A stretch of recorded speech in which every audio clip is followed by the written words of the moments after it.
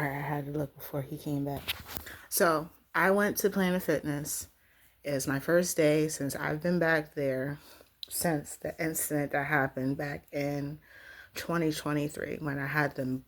That was the biggest mental bullshit ass year. And in 2024, I worked on myself. Had a little whatevers. 2025, now I'm back to try to tell my story.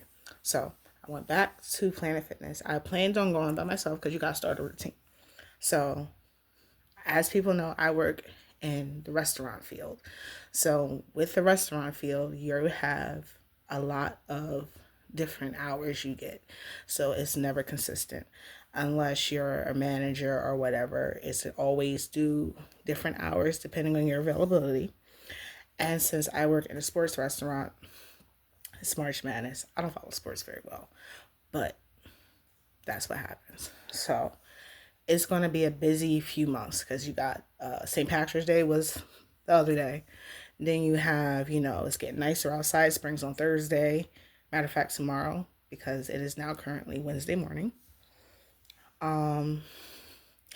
It was a little busier than expected. I don't like to go around with a lot of people, but my anxiety is a mess. I did the treadmill today. I wanted to do the 5K today, but I guess I accidentally hit the emergency bar and it threw the program out track.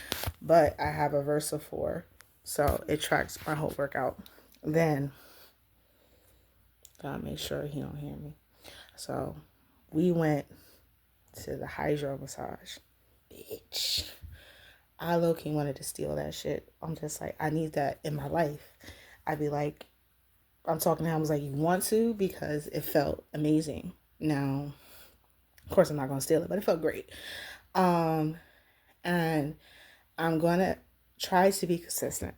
The only thing I did last week was probably some meditation, and then it got crazy over the weekend. And like I said, some days are different than other days, so it's going to be a little.